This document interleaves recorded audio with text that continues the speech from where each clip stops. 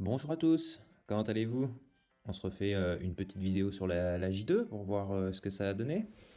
Chez moi, malheureusement, un match nul alors que j'étais à domicile. Bon, pas contre une équipe quand même plutôt performante et qui m'a un peu surprise en fait en 4-4-2.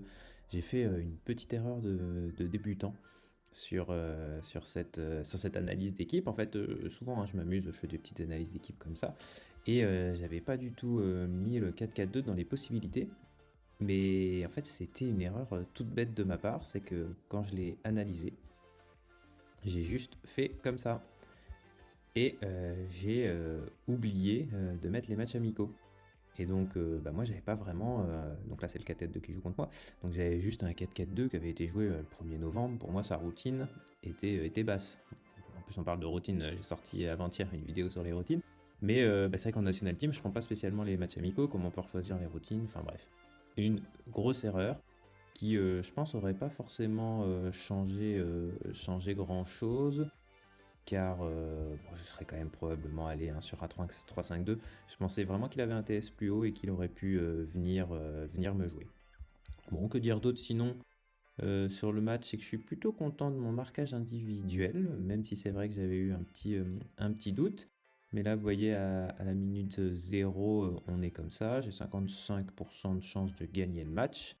Je fais un marquage avec un DL sur un ANC. Alors, on voit en plus mon adversaire n'avait pas beaucoup de spé. J'ai hésité à jouer jeu créatif, mais j'aurais bien aimé être à 3 attaquants. Mon troisième attaquant, c'était pas trop ça, donc je l'ai pas coché. Je suis encore un peu frileux, hein. Moi je viens d'arriver dans la D2, donc c'est pas évident. Et donc je fais ce marquage sur son ANC, on voit il tombe à 6. Je pensais aussi qu'il venait dans une compo à poste, donc bon, en tout cas, marquage plutôt efficace parce que même sans prendre en compte le fait qu'il ne puisse plus faire son talent spécial, enfin ou presque plus le faire, je gagne 3% de win rate alors que je prends 65% sur mon marqueur, comme je l'ai pas mis en DC, enfin en position centrale où il aurait pris que 50%. Et ouais, je gagne en fait sur mes ratios. Alors c'est un peu subtil, mais je prends un petit point aussi au milieu de terrain. Donc voilà, plutôt content de ce marquage individuel. Par contre, pas du tout content, là j'avais pas fait gaffe, mais j'ai une endurance qui est vraiment moins performante que la sienne, hein, dis donc. Il va falloir que je rétablisse ça. Je pense que les tests stricts que j'ai fait en fin de saison dernière ont pas été compensés assez par une remontée d'endurance. Donc il faut que je travaille là-dessus. Bon, on va regarder un petit peu en France ce que ça a donné, hein, cette J2. Alors, qu'est-ce qu'on a eu de beau dans des matchs surprises?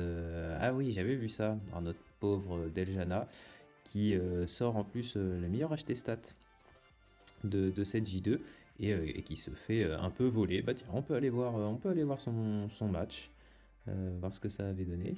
Hop, on est deux, il est en D2, 1. Hop, massive.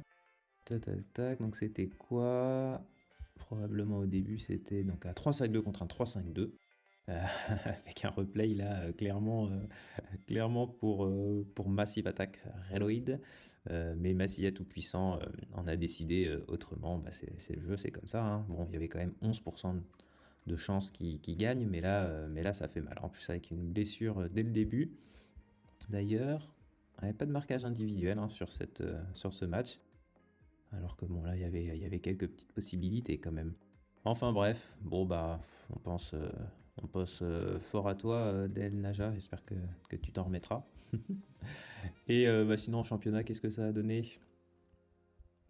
Tac, Stade Rennais qui gagne un match. Ouais, les Aigles qui font une grosse victoire contre Caliente, alors ça c'est surprenant. Ah, d'accord, bon, là, là il s'est passé des choses, hein. Par contre, ouais, 5-1 alors que ouais, le replay donnait plutôt quelque chose d'équilibré, ça c'est pas bon pour la confiance, hein, pour notre champion en titre, Kineto Dry. Alors qu'est-ce qu'on a eu d'autre? Oh, le match Strasbourg contre Strasbourg, 4 partout. C'est beau, ouais. Pareil, hein, ça aurait puis tourner dans un sens, dans un autre. Bon, là, le moteur de jeu a décidé de rester comme ça. Bon, bah voilà pour ce petit aperçu de la J2. N'hésitez pas à me dire en commentaire vous ce que ça a donné. Et puis bah, bonne semaine, bon courage pour la coupe.